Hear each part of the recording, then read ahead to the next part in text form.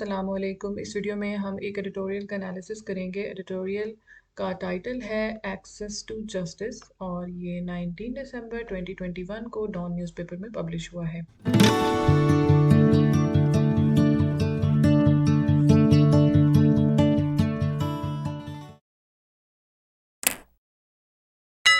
बात करेंगे पाकिस्तान में क्रिमिनल जस्टिस सिस्टम के हवाले से। पाकिस्तान के कोर्ट्स में कितने केसेस पेंडिंग हैं, पाकिस्तान का करप्शन परसेप्शन इंडेक्स क्या है और इसके अलावा पाकिस्तान का रैंक क्या है लॉ एंड ऑर्डर की सिचुएशन के हवाले से। तो आप वीडियो को एंड तक ज़रूर देखिएगा और चैनल को सब्सक्राइब कर दें, वीडियो को लाइक कर दें।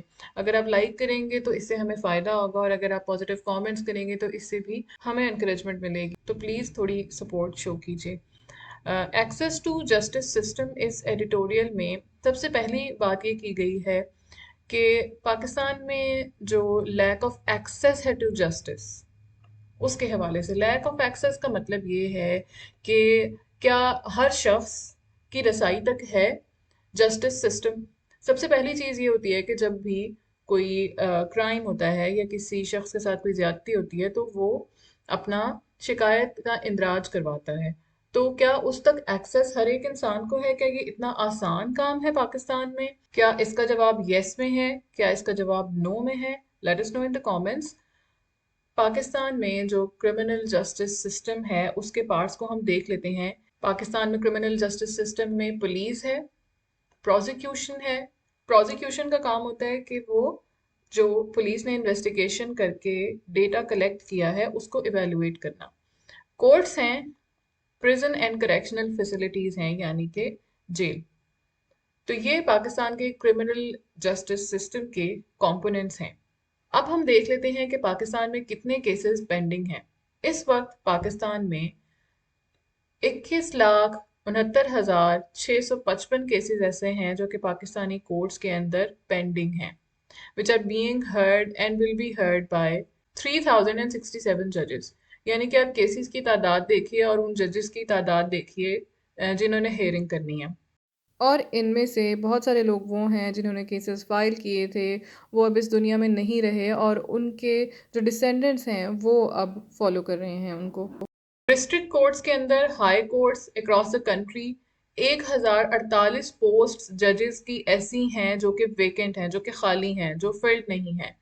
अगर सुप्रीम कोर्ट्स की बात की जाए तो उस सुप्रीम कोर्ट ने 51,138 केसेस पेंडिंग हैं और जो टोटल जजेस की तादाद है वो है 17, जिसमें से भी 2 पोस्ट ऐसी हैं जो कि खाली हैं। और अगर फेडरल शरीयत कोर्ट की बात की जाए तो उसमें 178 पेंडिंग केसेस हैं सिर्फ।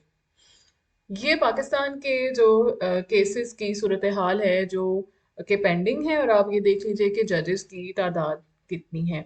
तो हम थोड़ा डिटेल में देखेंगे चीज़ों को कि इस एडिटोरियल के अलावा भी बहुत सारी इंफॉर्मेशन जो हमें फ़ायदा दे सकती है स्क्रीनिंग टेस्ट के हवाले से या और भी जो इंफॉर्मेशन कंटेंट के लिए, एस्से के लिए या आपका पेपर सॉल्व करने के लिए अहम होगी आपके लिए, हम उसके ऊपर भी ज़रूर नज़र डालेंगे। From the convoluted workings of the court system. Convoluted workings का यहाँ पे ये मतलब है कि बहुत ही मुश्किल या पेचीदा सारा मामला है या तरीक़ाकार है।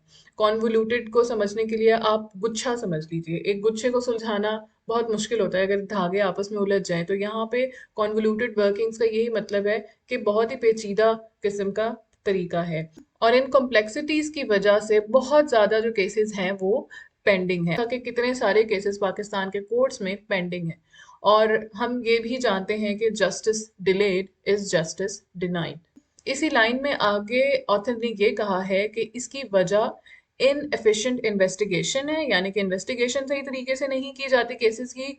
पुअर प्रोसिक्यूशन है, प्रोसिक्यूशन यानी कि जो इन्वेस्टिगेशन हुई है उसकी आगे इवेलुएशन। सिर्फ यही नहीं, इसके अलावा भी बेशुमार ऐसे मसाइल हैं जिसकी वजह से इतना ज़्यादा बैकलॉग इकट्ठा हो चुका है केसेस का जो कि अनरिजॉल्व हैं, जो पेंडिंग हैं। हम जब इस दुनिया में हमारे साथ कोई ज्यादती होती है, कोई शख्स अगर हमारे साथ बुरा करता है कुछ और कोई ऐसी चीज़ होती है जिसको हम इतना एक्सप्रेस नहीं कर पाते किसी के सामने, तो हम अल्लाह ताला से या कुदरत से ये उम्मीद रखते हैं कि वो इंसाफ करेगी। और हर इंसान के दिल में ये उम्मीद होती है कि अगर वो सही पर है तो उसके साथ सही ही होगा at the end of the day. और इसी वजह से जो आखिरत या क़यामत का दिन है उसका भी यही कॉन्सेप्ट है कि अगर इस दुनिया में कोई मामला ऐसा रह गया है जिसमें किसी शख्स के साथ ज्यादती हुई है तो उसका रिवॉर्ड उसको उस दिन मिलेगा। That is why it is called the day of judgement, that is why उसको फैसले का दिन कहा जाता है, जो क़यामत का दिन है।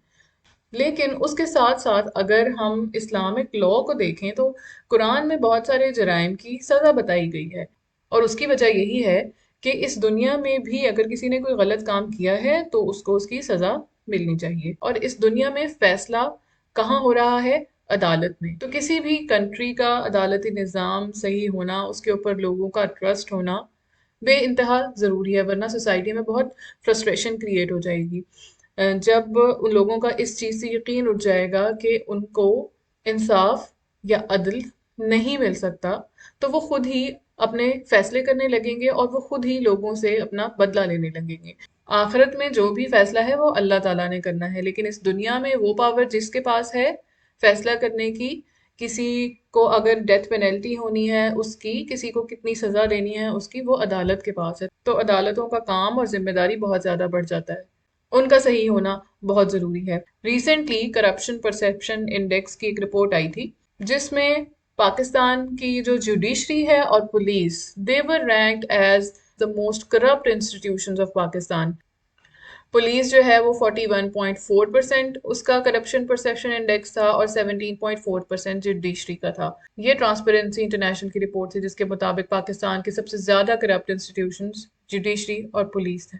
उससे आगे ये बात है इस एडिटोरियल में कि ये कोशिश की जाती है और इसमें काफ़ी एफर्ट्स भी डाली गई हैं कि किस तरीके से जो रिजॉल्व किए जितने भी पेंडिंग केसेस हैं कि वो जल्द से जल्द रिजॉल्व हों, उनका जल्द से जल्द फैसला हो। लेकिन इन तमाम कोशिशों के बावजूद जो सबसे पहला और बेसिक पॉइंट है वो ये है कि आपकी कंप्लेंट रजिस्टर हो।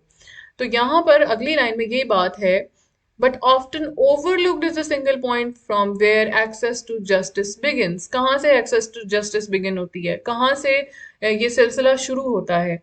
ये शुरू होता है कि कैसे एक शहरी अपनी कंप्लेंट रजिस्टर करवाता है, कैसे वो एफआईआर दर्ज करवाता है। क्या इतना आसान है किसी इंसान के लिए पाकिस्तान में कोई क्राइम हो, उसके साथ कुछ बुरा हो और उसकी वो एफआईआर दर्ज करवाए? जब तक पहला कदम नहीं उठाया जाएगा आगे कैसे सफर तय होगा? Journey of 1,000 mile begins with a single step. लेकिन कोई भी काम करने के लिए और मंजिल मकसूद तक पहुंचने के लिए पहला कदम उठाना जरूरी होता है। और पहला कदम क्या है? क्रिमिनल जस्टिस सिस्टम में यहाँ पर जब तक आप अपनी शिकायत नहीं पहुंचाएंगे किसी तक, जब तक शिकायत रजिस्टर नहीं होगी, तब तक उसके ऊपर काम कैसे होगा? तो यही जो पहला कदम है यही सबसे मुश्किल है कि क्या सिटीजन्स को उस तक कंप्लीट एक्सेस है। Only when this first step is achieved can there begin to be a hope of accountability. और यहाँ पर जो बात अकाउंटेबिलिटी की है तो हम अकाउंटेबिलिटी को सिर्फ नेगेटिव कॉनोटेशन में नहीं ले सकते हैं। अगर किसी जगह पर किसी इदारे में अकाउंटेबिलिटी है तो इसका मतलब ये है कि ना सिर्फ जो गलत काम हो रहे होंगे उनको रेमेडी किया जा सकता है, बल्कि जो अच्छा काम कर रहा होगा उसको रिवॉर्ड भी मिलेगा। तो ये बैलेंस होता है एक। और जहाँ पर जब जस्टिस की बात हो रही है तो बहुत कम लोग इस बात के ऊपर यकीन रखते हैं या इस बात के लिए नज़र आते हैं एडमेंट कि वो ये फर्स्ट स्टेप उठाएंगे, यानी कि वो अपनी कंप्लेंट ही रजिस्टर करवाने के लिए बहुत सारे केसेस में लोग तैयार नज़र नहीं आते। क्यों? उसकी रीज़न हमारे सामने है, जैसे कि हमने देखा कि क्या सूरत हाल है पूरे सिस्टम की, और करप्शन परसेप्शन इंडेक्स क्या कहती है। इससे आगे थोड़े से स्टैट्स हैं इस एडिटोरियल में जिसमें ये बताया गया है कि 60,000 कंप्लेंट्स लॉन्च हुई पुलिस के हेल्प डेस्क यानी कि 15 पे, और उसमें से सिर्फ 1,568 cases had actually been registered. Last 10 months का ये डेटा है जिसमें ये कंप्लेंट्स थी, जिसमें से रजिस्टर कितने केसेस हुए? 1,568। और ये सिर्फ इस्लामाबाद के स्टैट्स हैं। और ये कौन कौन से क्राइम्स थे जिनके ये केसेस रजिस्टर हुए? जिसके अंदर है murder attempts, kidnapping, robberies, vehicle theft या और कुछ कैटेगरीज हैं। अगर 6,000 कंप्लेंट्स में से सिर्फ 1500-1600 केसेस रजिस्टर हों, बाकी सारी चीज़ें अनरिकॉर्डेड रहीं, तो रिकॉर्ड पे चीज़ों का होना बहुत ज़रूरी है। जब रिकॉर्ड्स होंगे तो ही उनके ऊपर काम किया जा सकेगा। और ये हमें ये भी बताता है कि किस तरह से हमारा सिस्टम काम करता है और किस तरह से जो एग्रीव्ड पार्टीज़ हैं जिनके साथ कुछ बुरा हुआ है उनके साथ किस तरह का उनको रवैया देखना पड़ता है, उनको कैसे बिहेवियर्स का सामना करना पड़ता है, या उनके लिए ये चीज़ कितनी मुश्किल है कि एक तो उन्होंने उस बुरे इवेंट का सामना किया है और दूसरा ये कि उनकी शिकायत के ऊपर काम भी नहीं हो रहा है, उनकी शिकायत को रिकॉर्ड ही नहीं किया गया है। ये कुछ स्टैट्स हैं वर्ल्ड जस्टिस प्रोजेक्ट की जो रूल ऑफ लॉ इंडेक्स हैं उसके हवाले से, और इसमें पाकिस्तान का रैंक 139 कंट्रीज में से 130 है on the rule of law. और साउथ एशिया की अगर हम बात करें तो उसमें पाकिस्तान का 5वां नंबर है 6 कंट्रीज में से रूल ऑफ लॉ के हवाले से। यानी कि पाकिस्तान बहुत बिलो रैंक कर रहा है रूल ऑफ लॉ में। और इस रिपोर्ट के मुताबिक इसमें कंस्ट्रेंट्स हैं गवर्नमेंट्स के ऊपर, civic space, timeliness of justice यानी कि जो डिले है, केसेस जो पेंडिंग हैं उनकी वजह से, और एब्सेंस ऑफ डिस्क्रिमिनेशन यानी कि कानून हर एक के लिए एक नहीं है। लॉज डिस्क्रिमिनेटरी हैं या फिर फैसले इस तरीके से होते हैं जिसमें कुछ लोगों को इम्प्यूनिटी दी जाती है और कुछ लोगों को ओवर पनिश किया जाता है। अगर हम रीजन की बात करें तो साउथ एशिया में सबसे जो टॉप पे कंट्री है वो नेपाल है, जिसमें रूल ऑफ लॉ की कंडीशन सबसे बेहतर है।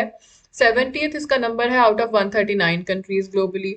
और उसके बाद दूसरे नंबर पर श्रीलंका आता है और तीसरे नंबर पर इंडिया आता है। फिर उसके बाद जो 3 कंट्रीज सबसे कम रैंकिंग में आ रहे हैं वो है बांग्लादेश। बांग्लादेश भी पाकिस्तान से ऊपर है, फिर पाकिस्तान है और फिर अफगानिस्तान है। अगर देखा जाए तो अफगानिस्तान की जो करंट सिचुएशन जो हमारे सामने है, अफगानिस्तान में इतने अरसे तक वॉर रही है, वहाँ का टोटल सिस्टम ऑलमोस्ट कोलैप्स्ड है। लेकिन उसके मुकाबले में अगर पाकिस्तान को देखा जाए कि साउथ एशिया में पाकिस्तान का में लॉ का जो सिस्टम है, रूल ऑफ लॉ है, वो सिर्फ अफगानिस्तान से बेहतर है। That is a big question mark on our system. फिर अगर बात की जाए कि जो लोअर मिडिल इनकम कंट्रीज हैं जो कि 35 हैं, तो उनमें पाकिस्तान का रैंक, उनमें अगर रूल ऑफ लॉ की सिचुएशन देखी जाए तो उनमें पाकिस्तान का रैंक 30th है। ये बड़ी ग्रिम सिचुएशन है कि Pakistan overall rule of law score decreased bye less than 1% in this years index. ये है डेथ पेनल्टीज के हवाले से, जिसको कैपिटल पनिशमेंट भी कहा जाता है।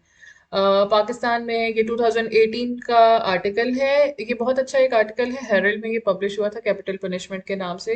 आप इसको ज़रूर रीड आउट कीजिए, इससे आपको बहुत क्लैरिटी मिल जाएगी बहुत सारी चीज़ों में। इसका लिंक आपको वीडियो के डिस्क्रिप्शन में मिल जाएगा।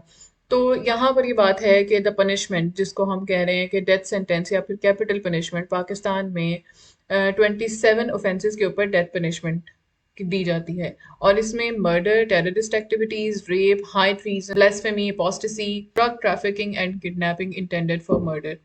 इसके अलावा प्रेग्नेंट विमेन और बच्चों को या फिर जो मेंटली या इंटेलेक्चुअली हैंडीकैप लोग हैं उनको डेथ पेनल्टी नहीं दी जाती है, उनको एग्जेम्प्ट कर दिया जाता है। और पाकिस्तान उन 5 कंट्रीज में से एक कंट्री है जहां पे हाईएस्ट नंबर ऑफ एग्जीक्यूशन है वर्ल्ड में। दूसरे कंट्रीज कौन से हैं? चाइना, ईरान, सऊदी अरेबिया और इराक। क्या कैपिटल पनिशमेंट या डेथ पेनल्टी होनी चाहिए या नहीं होनी चाहिए? कमेंट सेक्शन में हमें बताइए कि आपकी इसके बारे में क्या राय है, और ख़ास तौर पे पाकिस्तान में ये होनी चाहिए या नहीं होनी चाहिए। क्योंकि अगर हम देखें तो यहाँ पर जो क्रिमिनल जस्टिस सिस्टम है वो इतना स्लो है कि अगर एक शख्स को एक कोर्ट ने डेथ पेनल्टी दी है और उसके बाद वो अपील करता है हायर कोर्ट में, और वहाँ पर अगर उसको वो सज़ा माफ़ हो जाती है, तो बाद में और पता ये चलता साबित हो है कि जाता है कि वो उस गिल्टी शख्स नहीं को था। वो जो सजा थी वो पहले ही हो चुकी है, उसका हायर कोर्ट में केस इतना डिले हुआ और इतना पेंडिंग हुआ।